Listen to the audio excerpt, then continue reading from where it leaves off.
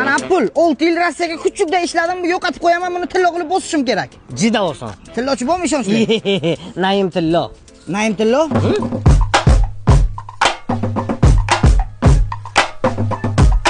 Buyurishlar, bejoy buni ishonchli. Og'zingni yem o'zi eshitdi ham qiladi.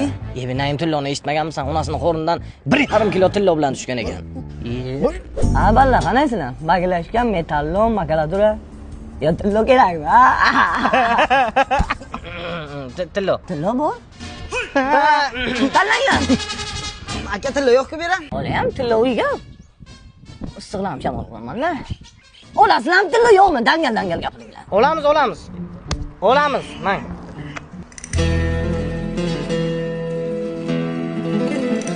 Yera turinglar. Hozir tilloni olib chiqib telefon qilaman. Yetib qolmanglar, tushundinglarmi?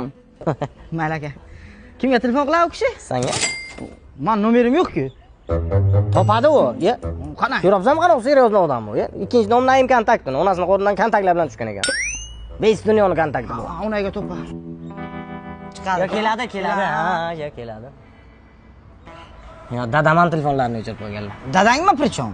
Aka nomeri yo'q-ku, qaytib dadam bilan chaqchaq qilib o'tiramizmi dedim. Qaysi uyga kirib ketding u? Ana, qara darvozaga kirdi. Chop so'ra. Tillolar morak bo'lsin. Yo'q tillo. Darvoza mullaj ekan, orqasi dala siltagan yo'q Naim. Ya, ona o'zi dala bilan ham ana biznes qilibdimi deyman. Yo'q, vobshe o'zi yo'q. Ha, o'zi yo'qmi? Ya, bu Naim o'zi 3 ta oti bor edi, podazreniya qilib yuraydimi o'zi. 3-chi oti nima edi? Naim Naybat. Kim Naybat qilganda biz hayron qolaydi, mana biz ekanmiz-da. البس زي لا وانا ركبت زي